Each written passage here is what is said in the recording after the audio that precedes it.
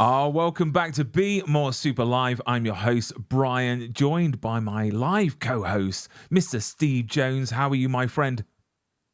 I'm very well, much better than last week. We were all a bit rough last week, weren't we? We're feeling very good, so it's nice that we're back up to 100%. So, have you had a good week? That's more You know, important. I've had a very good week. And just for a second then, when I introduced you, I thought your camera froze because you were so still. It was unbelievable. So thank goodness that wasn't the Okay. case. But what a show we have got. We have got an amazing guest. I could spend the next half an hour just introducing this guest. He is a bucket list guest for me. So I cannot wait. Everyone watching, please comment, like, and subscribe, and throw your questions on the screen. Say hello. Tell us where you're viewing from, and get involved. But shall we get this guest on, Steve? I think we should Yeah, definitely. so please welcome on to Be More Super Live. I had him on the show a few years ago. He's an absolute legend. It's Mr. James Madio. James, welcome to the show, sir. Well, thank you, gentlemen. Thank you, Steve. Thank you, Brian. Appreciate it, man. It's good to see you guys again. Do you know what? It's such a pleasure to have you on, and you are a ray of sunshine when it comes down to your performances on screen. And I can't Right. wait to go through some of your greatest moments. There was a show in the UK that was hosted on a Saturday night, so this may feel like a bit like that show. It's called "This Is Your Life," and it's going through your best moments. And there's plenty more to come, I am sure. But first of all, where are you calling in from? How is the weather there? It looks sunny. Well, it's not sunny. It's probably equivalent to the weather that you guys are currently having. It's overcast, a little rain, and about maybe 45. So, yeah, I'm in Cleveland, Ohio at the moment. Oh, right. Okay. I mean, you're saying 40, Yeah. 45 isn't the UK. We go by Celsius. So I don't know if that's cold or hot or mid or It's is pretty it Nah, is it cold, it's yeah. like average. is it It's like shorts average, weather? Yeah. No, no, no, no, no. We were just buried in about we were just buried in about 2 feet of snow. So I was out there shoveling quite a bit for a few days in a row before it all froze over and became felt like living in Alaska for quite some time out here. But it's Oh, fun, bless you. the seasons change and keeps you busy. So a couple of weeks ago, we had your very good friend Dante Basco on the show. Oh, you did? Yeah, and he told us that you was a very naughty boy on the set of Hook. So I want to go over a bit of Hook because we've got some people Mhm. that's let me just move this and make this a bit smaller. How to Bookish says hello.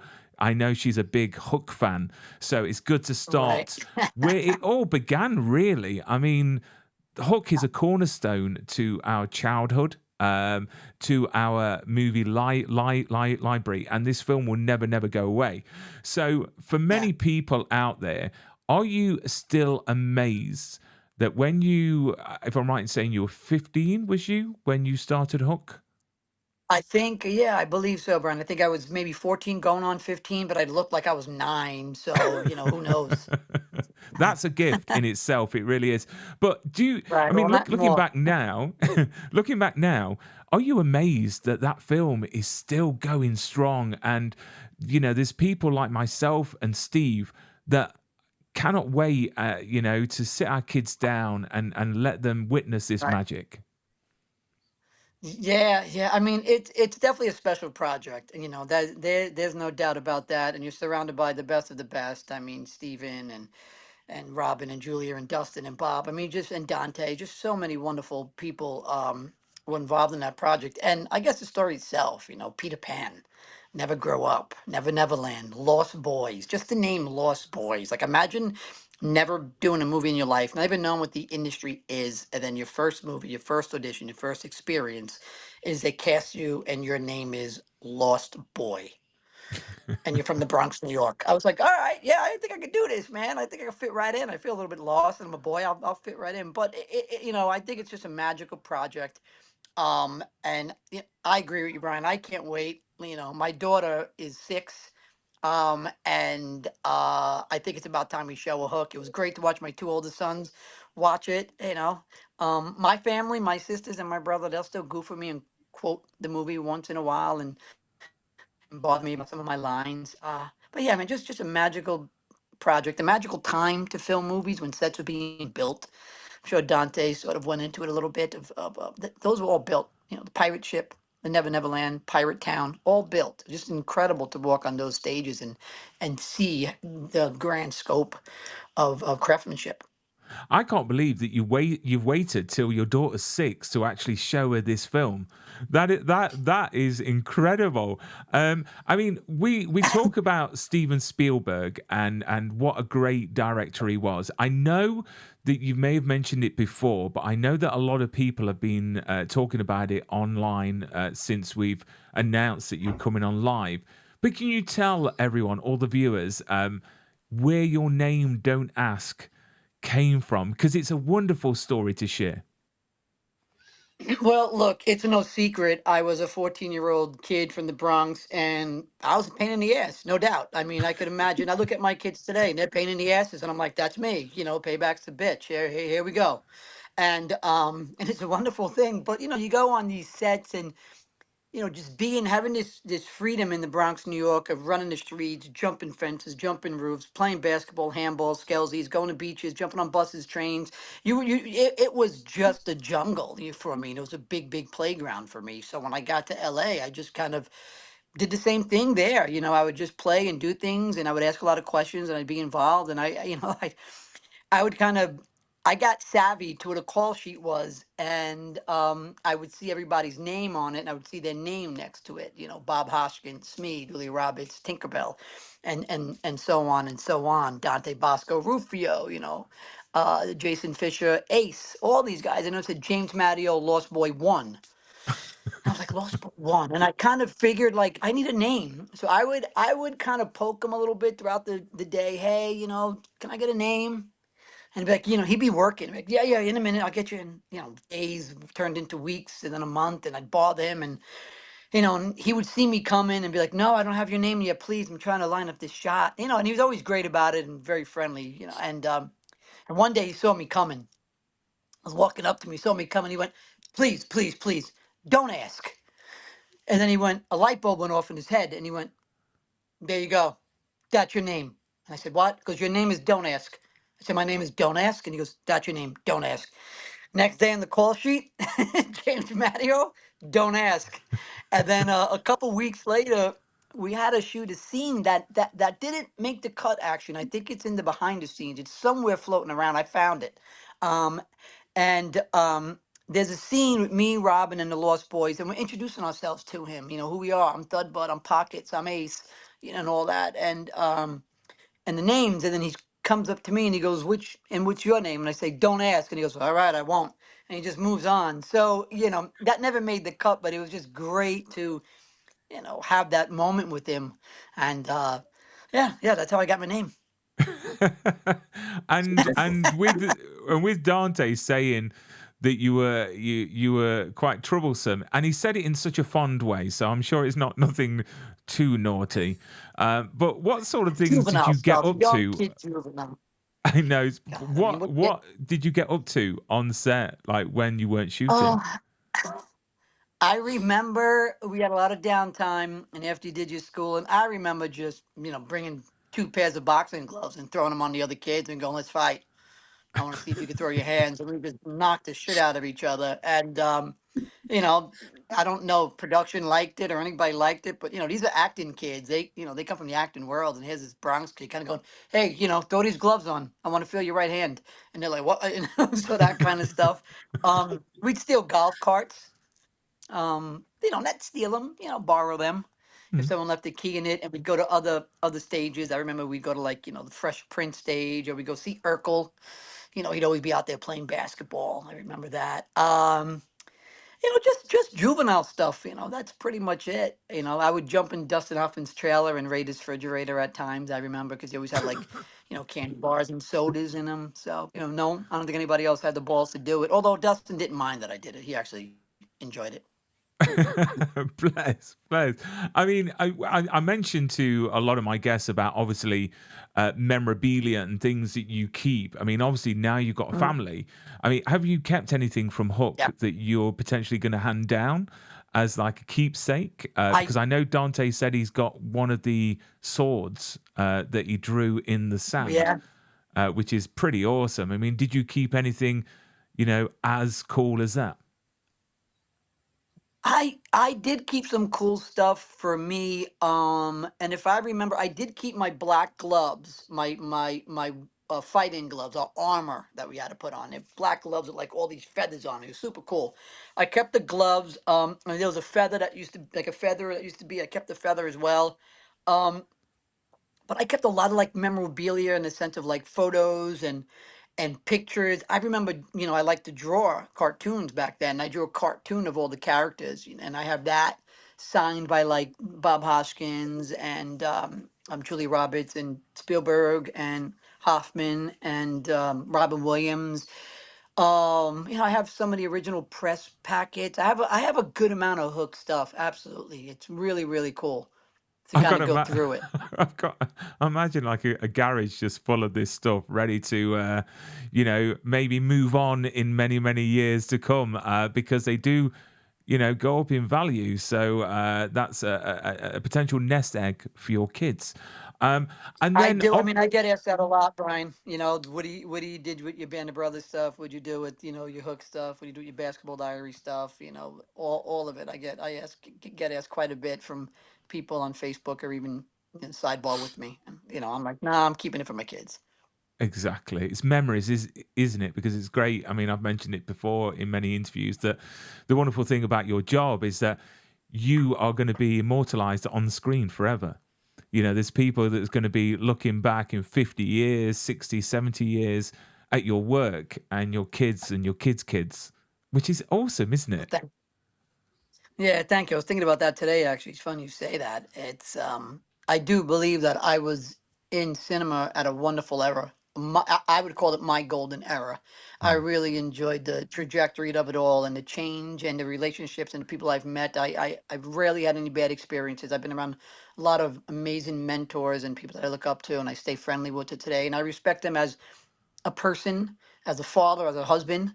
Um, that's kind of what's important right now. The work comes secondary, but your health and who you are as an individual just means a lot right now. And for my kids to grow up and just see daddy on the screen at some point, or my grandkids, and kind of go, oh, is that what grandpa did? I can't believe I'm saying the word fucking grandpa.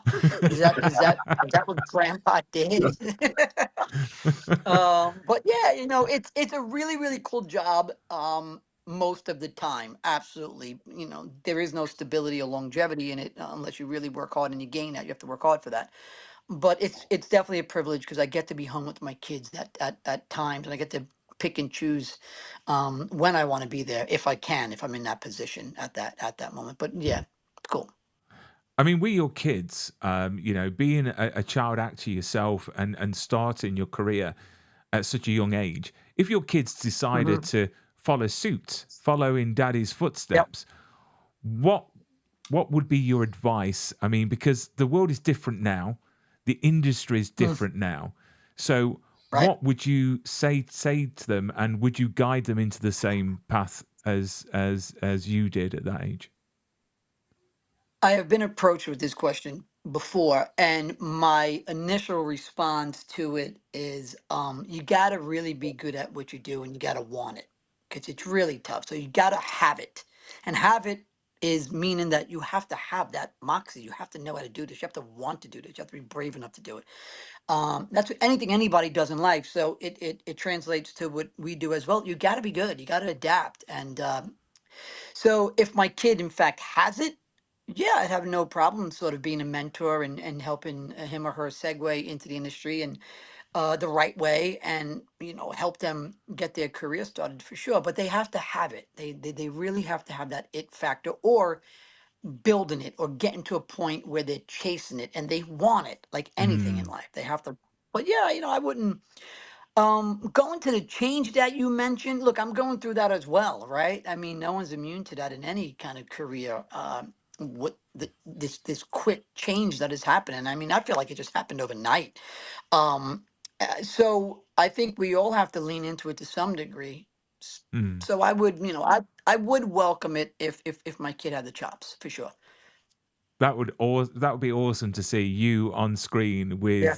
with your kids. That would be a great opportunity there. And then obviously Yeah. Hook is one of those films that will never go away. It's always on in our house. And Steve, I'm sure that you're going to say exactly the same. Steve had a funny story that he Yeah. told Dante, and I want you to tell James as well All right. because this is really funny. So when my daughter was being born, we're in the labour suite, and Hook was on the TV in our room. My wife was on all kinds of drugs. She thought you guys were in the room with us.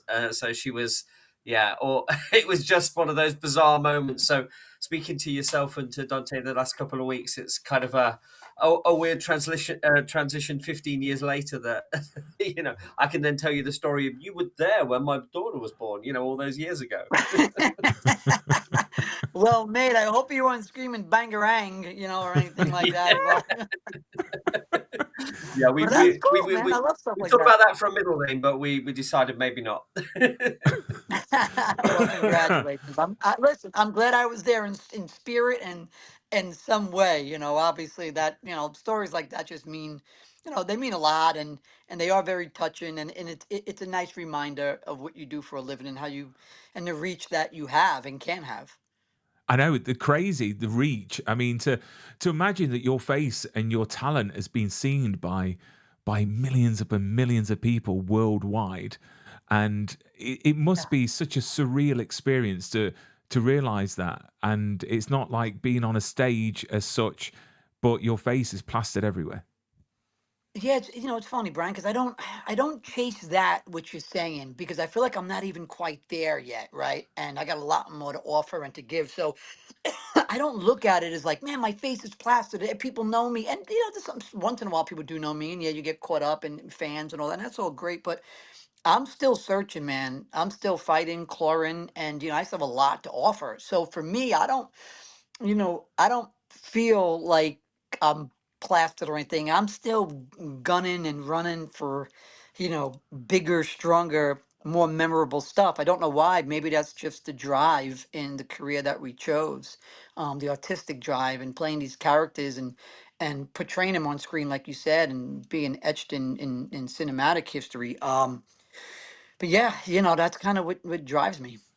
I mean, you've gone from one special project of Hook to another Mhm. that has got a place in my heart, which is Band of Brothers, which Mm. which is an incredible show, and I don't think they've ever made a show on that scale since. And that was, of course, Steven Spielberg and Tom Hanks.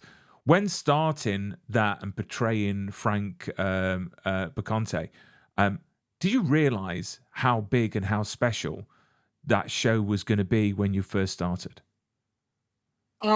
I didn't. Personally, I didn't. I know some of the other guys might have. They were further in their careers, so they kind of thought about it. I was truly excited of traveling, playing this role, acting in being in another country, being on set, and working with other actors and finding out who these men were and the history of it all. I didn't study World War II. I didn't know much about World War II growing up. So it was a crash course for me in learning all about World War II and the history of these men and the conflict itself. So at first, I didn't know. As the production went on and the boot camp, and you started to see dailies and the playbacks, and you started meeting veterans and speaking to people, and you quickly realized why you were doing this and the importance Mm. of this show and the legacy that it's going to be.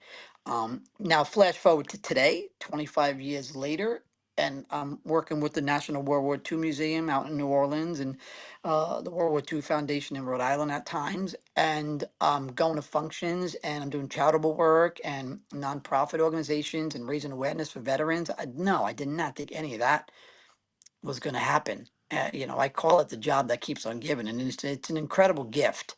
Uh, and it was an amazing job. And the bonds that I have forged with some of the guys that I've worked with, most of the guys I've worked with in the relationships are so strong, and they are my brothers. They will always be my brothers. Yeah, real special project, man. I mean, I can't say enough about it. I mean, the story of Easy Company is nothing short but miraculous. I mean, what they achieved was stunning, Yeah. and what they went through. I mean, you mentioned the charity work and obviously the things that you do with veterans. I'm sure Mhm. that doing that, you've heard so many more incredible stories because Right. there's so many to be Yeah. told out there. It's just that there needs to be an opportunity for them to be heard. I mean, has there been a time that's really floored you from meeting someone at these events and any stories that came to light? Well, first off, that's one of the first things that the easy men would say to us is, look, we were just lucky enough to get our story told, but there are Mm, plenty of other acts of bravery and other companies and battalions that did many wonderful things. Stories that I hear, a lot of them obviously stay close to me if they're personal. But one story in particular, it actually it had nothing to do with an American soldier, actually, at the time. I remember being in the Bastogne War Museum, if I remember that's where it was. And there was a gentleman being wheeled around in a wheelchair. And I clocked him a little bit. And I'm like, well, that's an older veteran, but he's not an American veteran.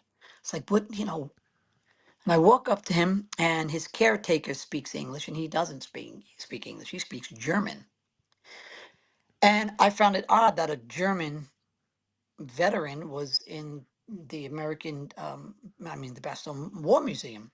And I spoke to the guy, I said, hi, how is it? Can I say hello? And he goes, absolutely. And the gentleman gave me a little card. And on the card was a picture of him when he was little. He was like maybe younger, teenager, like 15 years old. And he was in the army, dressed in a German um, military outfit. And the little card had a story about him and had him in English and had it in German and had it in French. Different ways you can read it, all right? Different renditions. And I start to read it. And he was taken prisoner by the Americans. He was sent back to the States. And he was put in a camp in the States. And while he was in the States for however time, I can't recall, he was working. And he worked for 2 years building roads and train tracks, roads and train tracks all over the country, moved all over working. When he was done, he wanted to stay in America because he loved the country and he thought it was great. But they shipped him back to Germany. I mm, said, well, how did you get to America? He goes, well, there was a program that America had for young soldiers, German soldiers, that if you weren't yet brainwashed into that ideology, and you could be, rehabilitated, you had an opportunity to come to the States, but you had to do hard labor. And I just found that fascinating. So these are the things that I would have never learned or never known or never talked about or understood without traveling and meeting people and being an actor and being involved in Band of Brothers and being involved with veterans and happen to be walking in Bastogne War Museum. But so many stories like that, who you come across and who you bump into, whether they're, French soldiers or resistance fighters, it's just, British. It's really, really remarkable, what you hear and who you meet. It's really great that you can give back on that level as well. Not only starring in such a great show, but you can give Mm. back to these veterans, which, sadly, kids now, they don't know Yeah. when World War II started and ended. They don't know who certain people are. And it's quite sad, isn't it? Because it defined our, growing up, our culture. Yeah, right. I mean, we talk about that a lot. I think stateside, which is how do we have more programs and getting some of our young men and women over to the beaches, go look at the beaches, go to the Mm, museums, go to the battlefields, go learn about the generation, go learn about the conflict. But we don't have enough programs. We have a good amount of them, but not enough. mm, And I always say, or what I've learned, Brian, is throughout the process of Band of Brothers is when I am in Europe and I'm walking through these battlefields and these cemeteries and these museums, Um, I quickly realized that America has never been occupied, then liberated, Mm, and that's the big difference. The generation out there, they were occupied, and then they were liberated. mm, Paratroopers, men storming the beaches, they were liberated. Everybody got back their farms, their houses, their bakeries, their stores from the Allies. We were never occupied and liberated. So it's the message that we're sending down is land of the free, home of the brave, right? You mm, know, but we've never had it taken from us. mm. And I think we talked about this before. Me and Brian, we talk about the generation that's slowly disappearing, right? So all these veterans now, there's very few of them left to tell that story. So having someone like Band of Brothers that will let another generation know what people went through, what they, what the world endured, must be, must be good that you know that we can pass that legacy on and hopefully learn from those lessons. Yeah, I mean, we don't want to be, and I don't think any one of us signed on to be like an ambassador of some sort for it, but I know we're all very honored and privileged, and you know, we wear it on a badge on our sleeve of the project that we've done and why we've done it, and we know what that job meant and what it continues to mean. That's exactly what we do is we try and send a message back and send it down to the younger generation, let them understand it. But you know, the show holds up really, really well. And even today when you watch it, it really, really holds up well. Definitely, definitely. And How to Bookish has commented there, the young generation really should read more books, which I couldn't agree more. Less YouTube and TikTok and more actually learning of the Yeah. past. I mean, Steve mentioned, I don't know if you want to ask about obviously portraying a real person. Um, Yeah, I mean, when you're approaching a role, how different was it when you know you're going to be playing somebody that's real, someone that's existed? Is it do you have a different process for that to a character that's just been thought up by a writer? Right. I mean, there's a fine line with that for sure because we were told be careful when you're approaching your veteran if they happen to be alive because you don't know how they're going to react to your phone call asking them questions about the war. Um, So what HBO did is they gave us these binders with all the information about your veteran, where they're from, married, kids, when they went to the war, post-war, any information, photos, and a contact number if you in fact wanted to contact them, and an address. I sent Frank a letter. I didn't want to call him 'cause I didn't want to shock him, so I sent him a letter with my number on the bottom and hey man, look, you want to call me? Call me. And a week or two later, I happened to be in London. Right out, I think it was after boot camp. I got a call, and it was Frank, and we just started talking. And I can tell in his voice right away that he was just a good guy, very sincere. We had a lot in common in a sense of what we liked with sports and food. He's Italian American, how he was raised, and we clicked on that. You know, we clicked on a friendly level. Like I wanted to get to know him as a friend. I didn't want to know what he did in the war. I didn't ask him questions about the war, to be honest. Just didn't feel right to do it. Because I say this all the time in most interviews. I just wanted his friendship. You know, I wanted his friendship. That was just so important to me. But there were little things that you needed to make sure that you didn't mess up. mm, You know, drinking, smoking, who his friends were, did he curse, like all these things you wanted to make sure that he was able to see himself on the screen and kind of go, hey, that is me. Now, does he look at it and say, hey, good job, kid? And never once did he go, hey, you look like me there. Oh, this, I don't even know if he watched the series. But the process of that is very, very scary because you want to make sure that you're doing a good job for these guys. And also, it was equally scary for the friends of the veterans because they yeah. were so close knit with each other that you'd probably hear something about your performance or you personally from one of their friends rather than him. Because they just meant so much to each other. They really, really did. And sometimes, in order to get information about your veteran, you had to go to your veteran's friend. And I tell this story all the time. I had to go to Donnie Wahlberg and say, Donnie, I need Lipton's number, man, because every time I speak to Prakani, he's talking about Lipton. And then Donnie was like, "Hey, man, give me Prakani's number because he's doing the same thing. Let's keep talking about Prakani." So you have to. those type of things.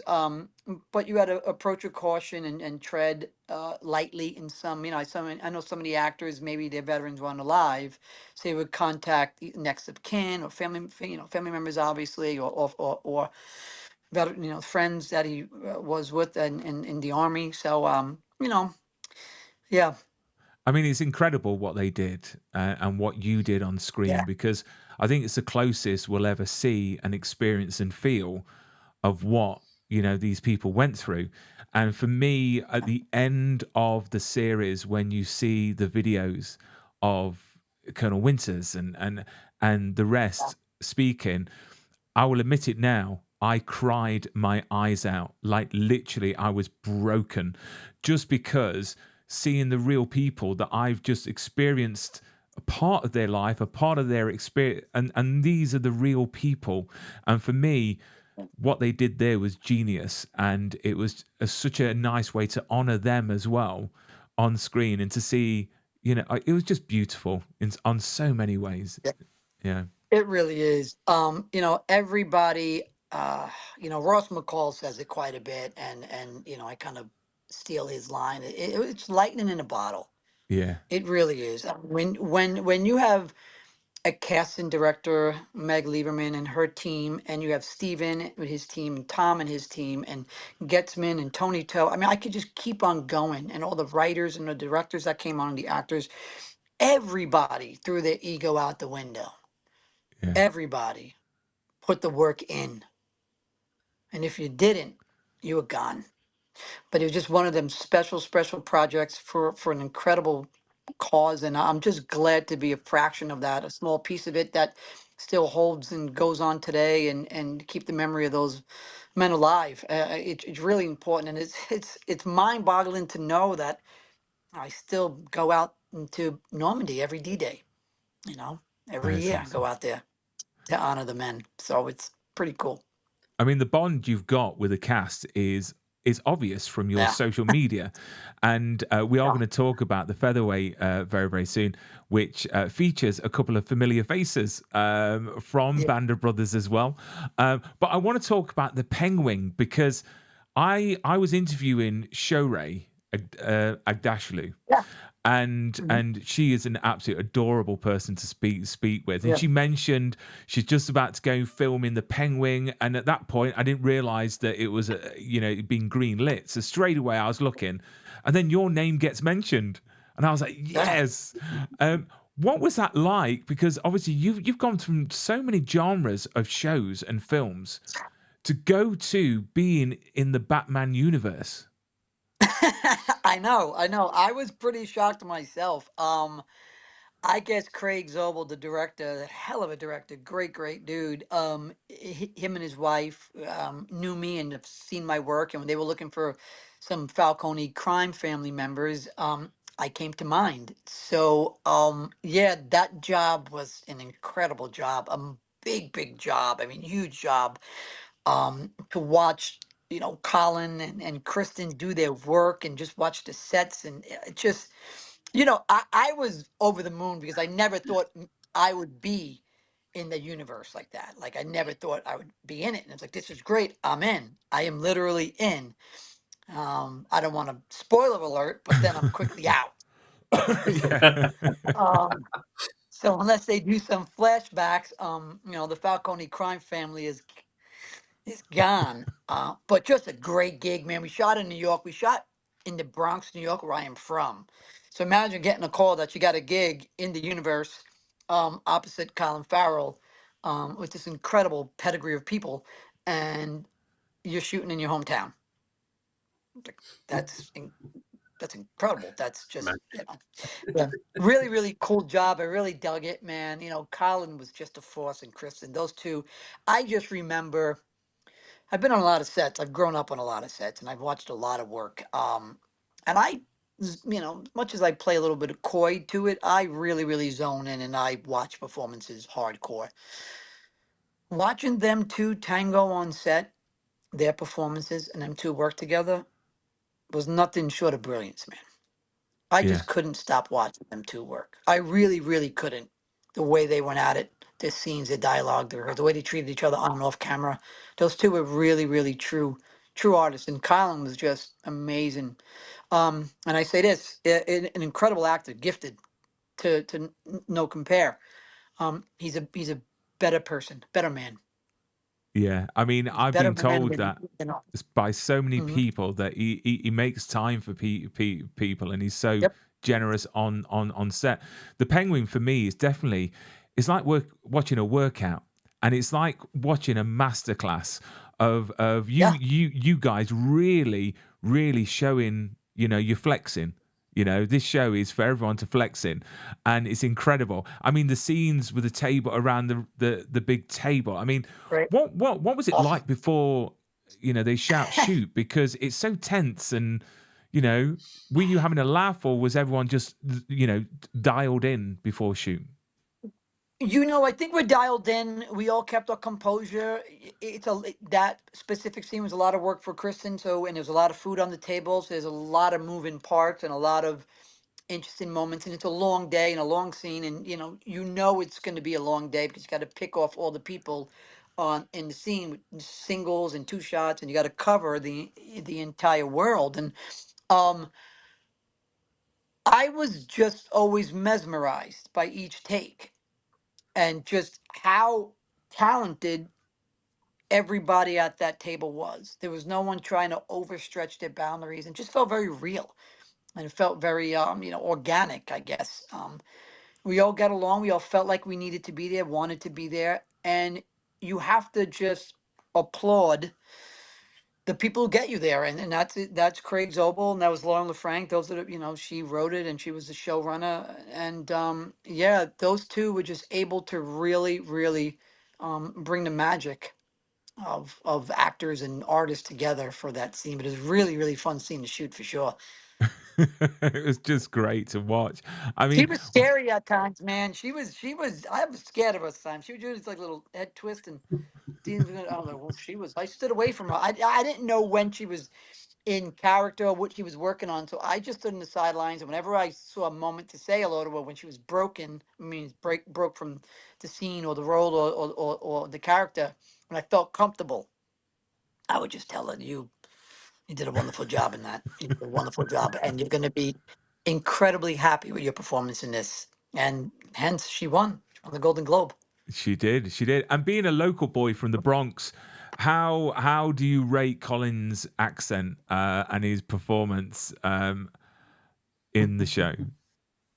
He was great, man. It was a very sort of East Coast neutral from all the boroughs type raspy cadence. I think he nailed it. Whatever he did, he was just so damn good, so plugged in, so confident, and so sure of himself as Oz.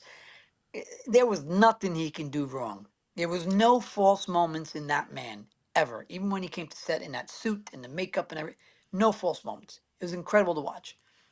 So now you've been in DC, you're part of the DC universe. Is Mhm. there any other franchises that you want to dip your toe into, James? Well, Maybe um, other shows out there. well, I did pitch the producer jokingly that if he doesn't know the origin of Robin, Robin was a roof jumper from the Bronx, New York. So if he's looking for like a retired Robin, still in shape, could still jump roofs. He's from the Bronx, New York. He's a tough street dude. I'm here to play Robin. You know what? There is room No, for it because Hugh Jackman currently is getting ready to star on screen as an older version of Robin Hood. So, is he really? y- Oh, I think I heard about that. Yeah. yeah, and me and Steve, we're from Nottingham, so it's our own home county. We're So, currently in Chilled Forest. and I think that's why you were Really? asking that question about the accent, right? Because a Nottingham accent's a really difficult English accent. Not many people can pull it off. So yeah, we hear it when we see it in shows and things, and if somebody is genuinely from that Right. place or if it's really generic. So we thought it might be the same with the Bronx. Well, yeah, the Bronx is so specific, and that I heard you say early, Brian. You said a bucket list, and how do you Yes, say bucket list? bucket Yeah, it bucket sounds list. a bucket list. A bucket list. Um, But yeah, the Bronx is very specific. I'll be the first to tell you if you got it or you don't got it. And you know, when you're trying to work on a New York accent, the first thing you got to do is you got to work on the swagger and the confidence first, if that's what the character, you know, warrants. And then work on, you know, the accent. But you gotta have the swag first, the moxie first, and then the accent will come because there's a specific, you know, a throttle that we have. You know, I'll tell you, you know, even, and I'd say to his face as I've seen him, if I do see him, if I ever see him, I thought, me personally, I love Donnie Brasco. I thought Johnny Depp's accent was terrible.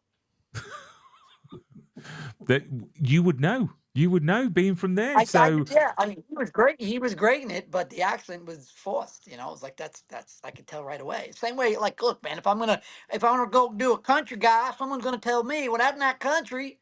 James Madio from the Bronx, you know, like, you go, what are they doing? It sounds like you know. So you do your best at hard accents. You do your best. Some people are gifted with accents, man. They can yeah, do them all, and I'm baffled by it.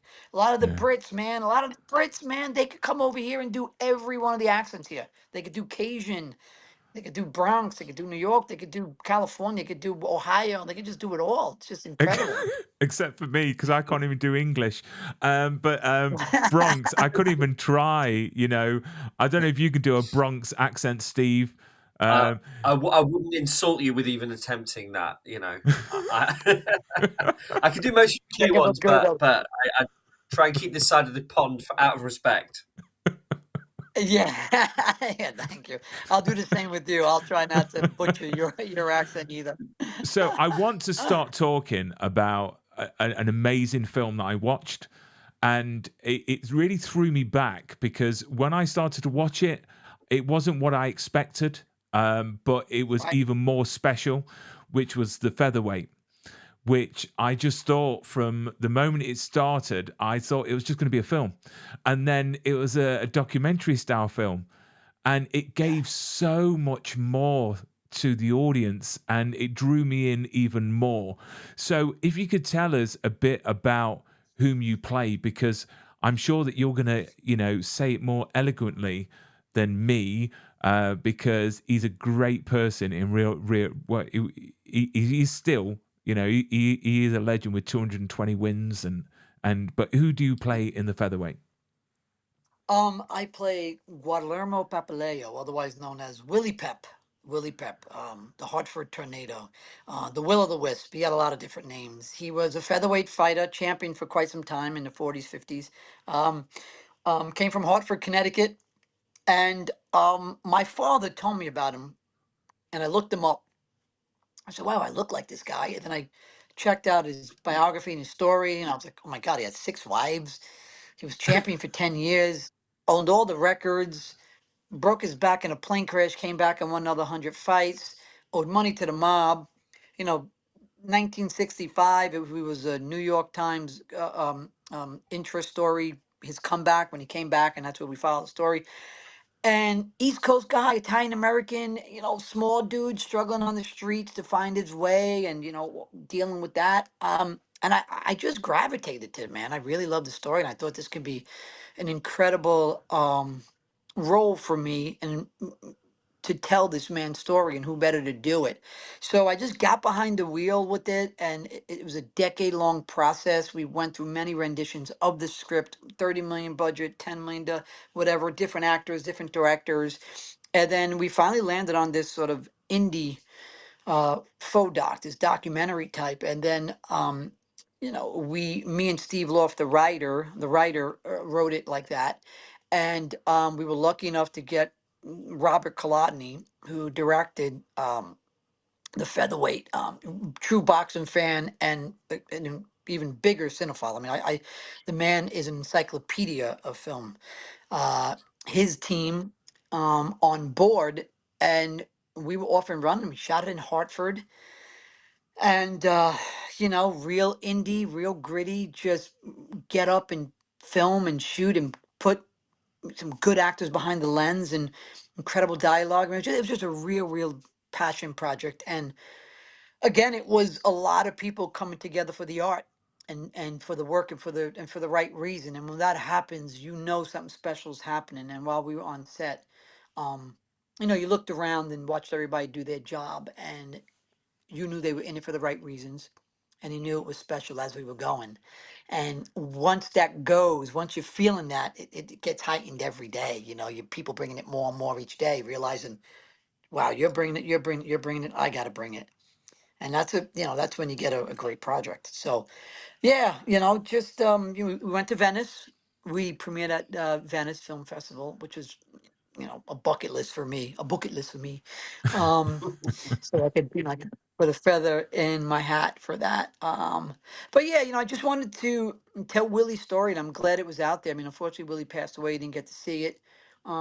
But I just, you know, I, like I said, I gravitated to this man's drive. I gravitated to his story, to you know, who he was even as a man. You know, Yeah. there's this weird dynamic where you can't explain to people how you're viewed in life when you're 5'4" and 130 pounds. It's stupid. I know people kind of go, nah, it's, but when you are in fact 5'4", 135, there is a different approach that people have with you.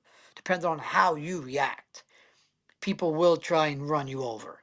So you Mm. got to have this sort of bravado, and just reading about Willie and reading his stories, I connected to that. And I'm like, oh, I want to do that, because I've always wanted to be a boxer. I always loved fighting. I always wanted to be a boxer.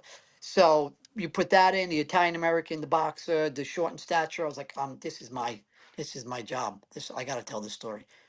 I mean, the way it's presented on screen, I mean, it is about boxing, but I would probably Hmm. say, personally, I took probably 20% of that film away for boxing.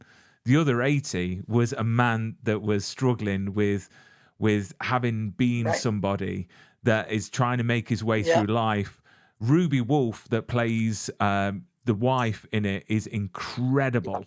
Is incredible. Right. Did I like her? Yeah. I didn't really like her as a person. I thought, you know, that Willie could have done better. But how much fun Good. was I it? think that's what the director wants.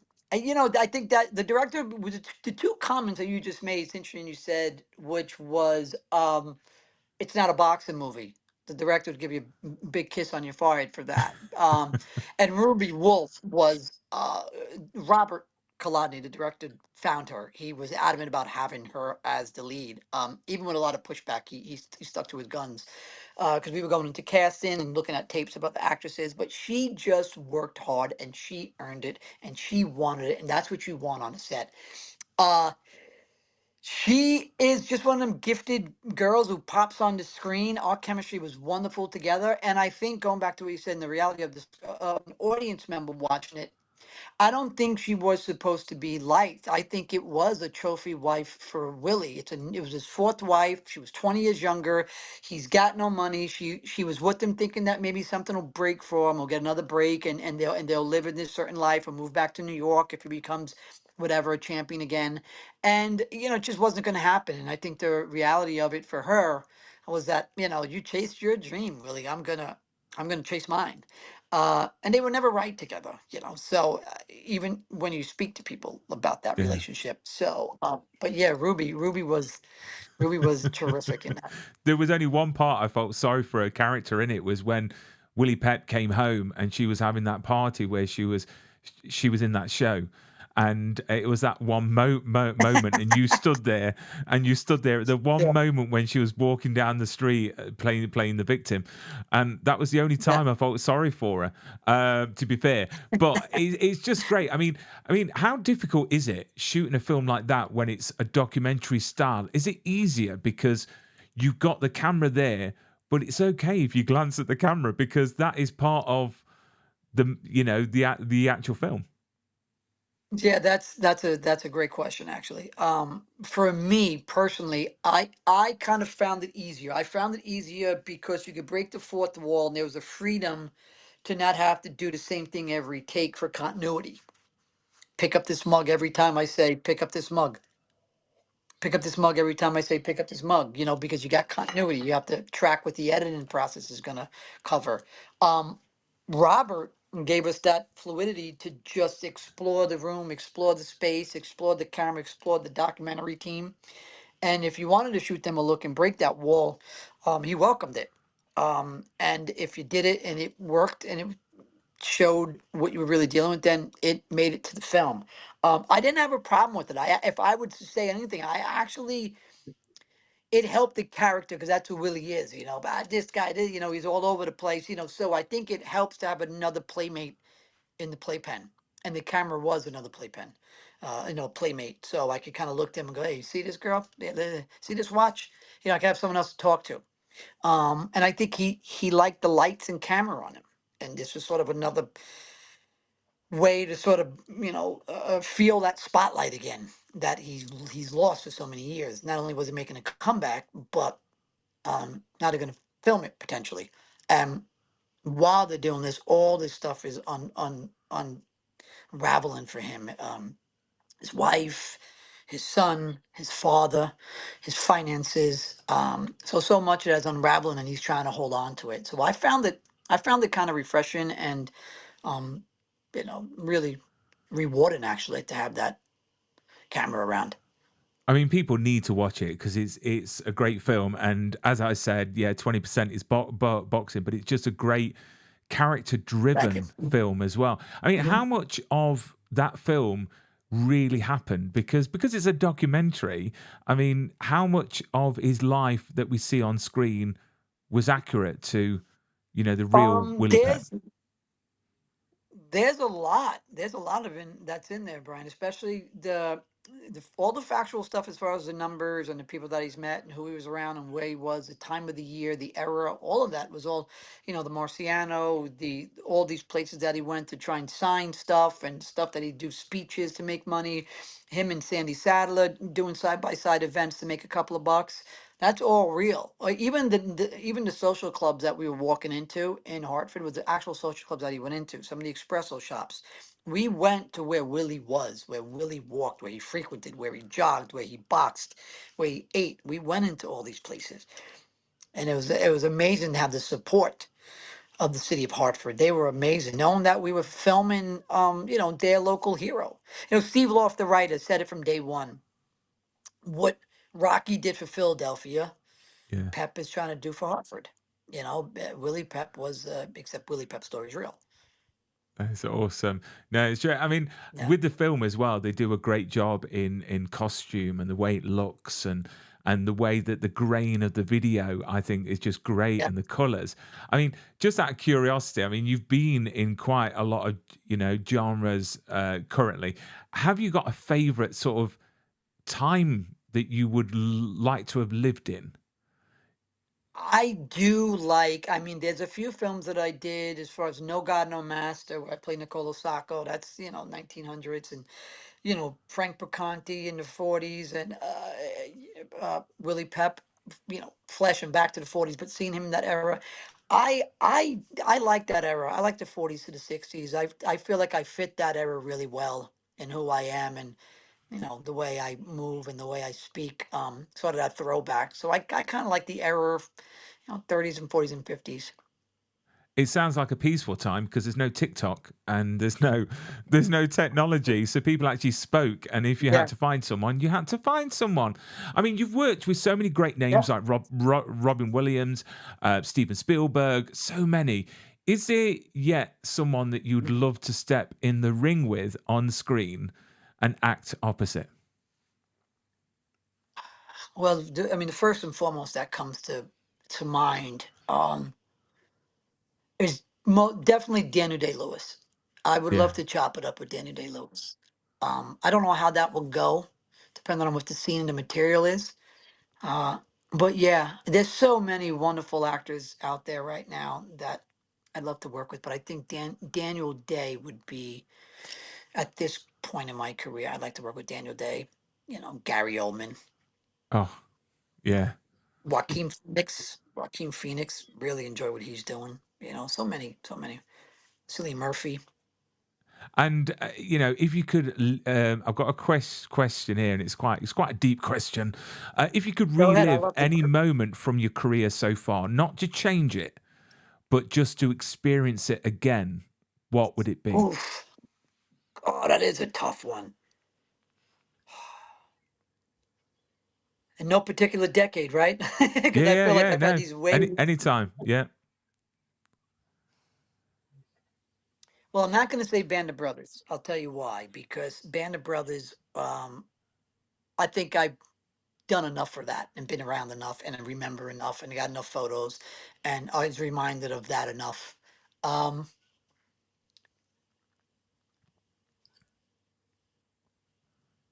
I'd probably go back to my first gig, man. I think I'd go back to Hook. I think Oh, I'd go Yeah. back to relive that dream, going on Never Never Land and playing basketball on that set and running around the lot and I think I'd go back to starting food fights and real fights. Yeah, I think I'd go back to that, man. I think I'd have a lot more questions for some of the hierarchy and some of the mentors that I had. Steve, did you have a question? No, no, I was just going to say because I thought that I did wonder if that would be the case because it's that sense of going back with the knowledge you have now and that youthful exuberance that Yeah. you had back then, and just to absorb all of that again must have been would be amazing to be able to see it all through a different lens, right? That was just what I was thinking.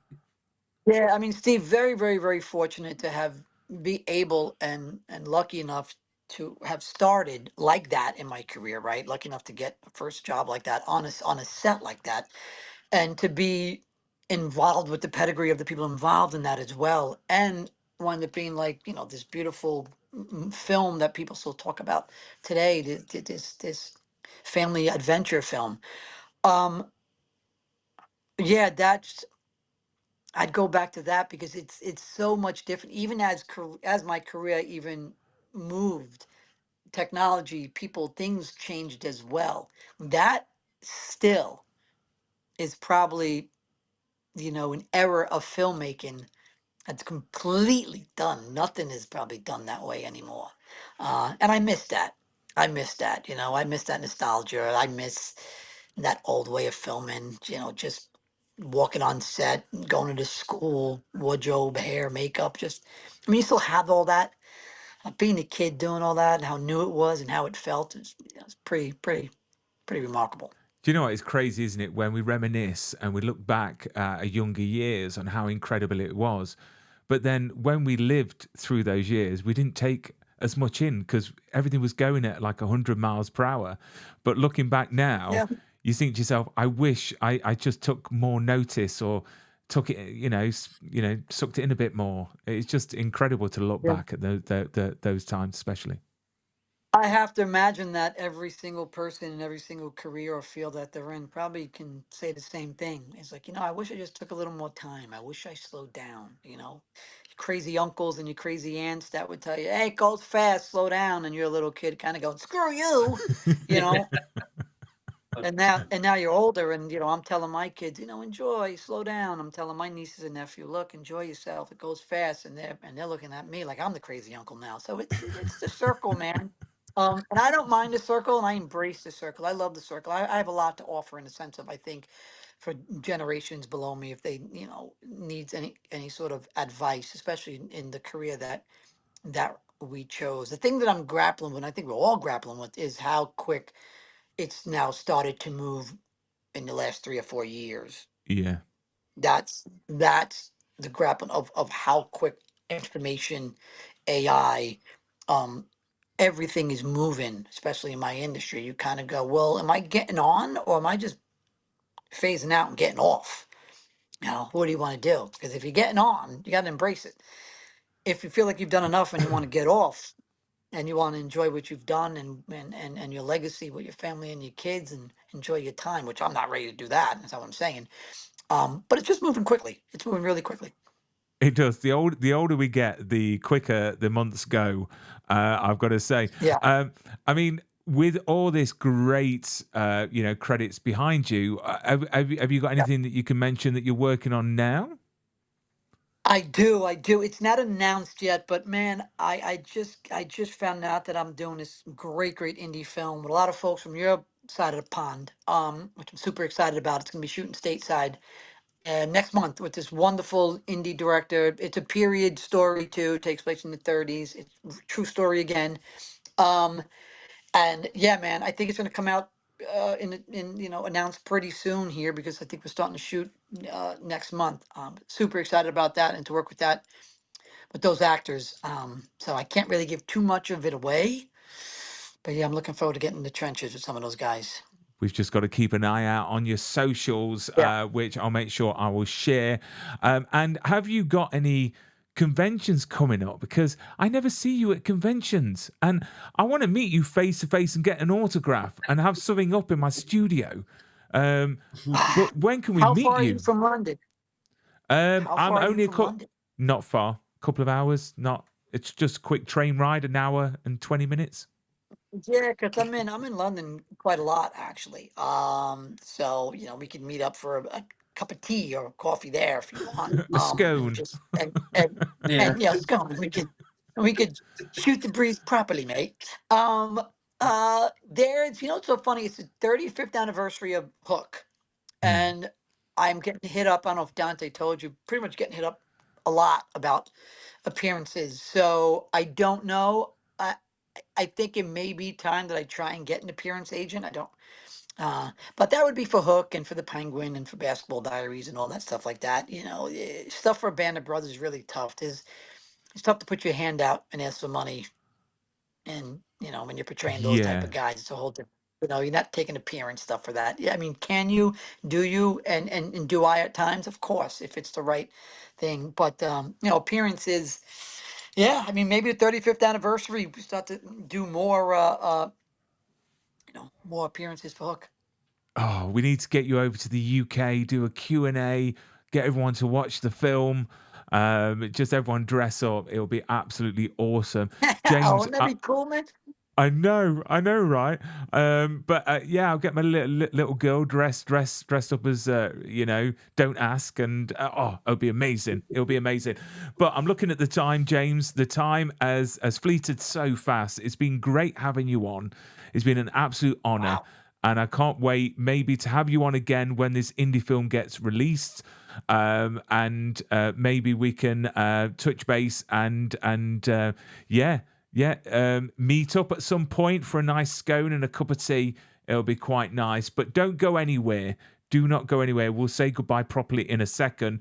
But thank you, everyone, for watching. Don't forget to hit Thank you. subscribe. And without you guys watching, this show doesn't grow. And we like doing this because it's fun and we get to meet and speak to wonderful people like you, James. So thank you so much. Thank But you, we'll Brian. Thank you. Appreciate you both. we'll bid farewell. Thank you so much. Don't go anywhere. And we're back next week.